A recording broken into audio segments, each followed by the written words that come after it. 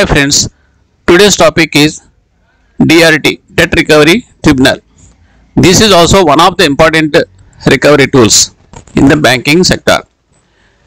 ట్రెడిషనల్గా మనకి suit filing అనేది ఉంది ఆల్రెడీ, కానీ దానివల్ల కేసెస్ అనేది డిలే అయిపోవడం ఒకటి. రెండోది ఏంటంటే చిన్న అమౌంట్కి పెద్ద అమౌంట్కి పెద్ద ప్రయారిటీ ఏం లేదు, first come first. So they have to wait in a queue only. So because of that ఏమవుతుందంటే పెద్ద పెద్ద అమౌంట్లు ఎప్పుడైతే కనుక లాక్ అయిపోతాయో కోర్టులో, దానివల్ల బ్యాంక్స్ అనేది ఫైనాన్షియల్గా కొలాప్స్ అయ్యే పరిస్థితి వస్తుంది. కాబట్టి ఈ ఫాస్ట్ ట్రాక్ సిస్టమ్ని తీసుకొచ్చారు యాక్ట్ రూపంలో 1993లో. ఇకపోతే దీంట్లో మనం ఫీచర్స్ వరకు తెలుసుకోదలుచుకుంటే కనుక let us go in depth of this points. అవేంటో చూద్దామండి.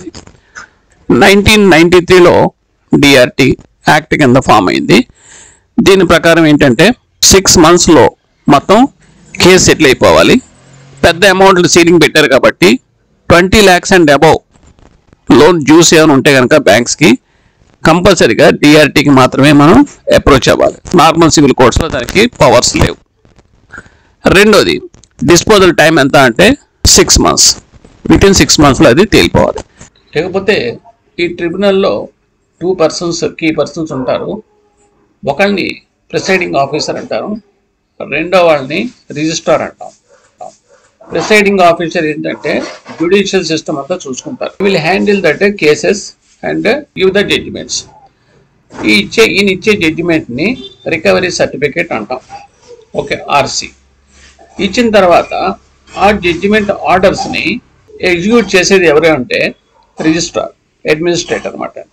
ఈయన ఏం చేస్తారంటే ఆయన కింద ఆ డిఆర్టీలో ఉండే రికవరీ ఆఫీసర్స్కి ఈ ఆర్డర్స్ అన్నీ కూడా ఇండివిజువల్గా డిస్ట్రిబ్యూట్ చేసి that should be executed with in time.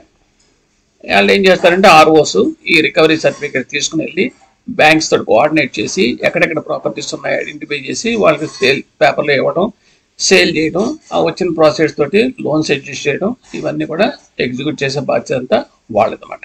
సఫాసి అనేది ఎంపవర్మెంట్ అనేది బ్యాంక్స్కి ఇవ్వడం జరిగింది without intervention of the courts. కానీ అక్కడ కూడా బారోయర్ కనుక ఏమనగా అన్యాయం జరిగినట్టు అనిపిస్తే కనుక వాళ్ళకి ఒక గేట్ వే లాగా ఈ డిఆర్టీని కనెక్ట్ చేశారు.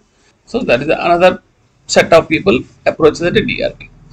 ఇకపోతే ఈ డిఆర్టీలో ఇచ్చిన జడ్జిమెంట్ కనుక నచ్చకపోతే కనుక anybody can approach that appellate that, దాన్ని డిఆర్ఏటీ అంటాం. This is the total information of that DRT system. Thank you.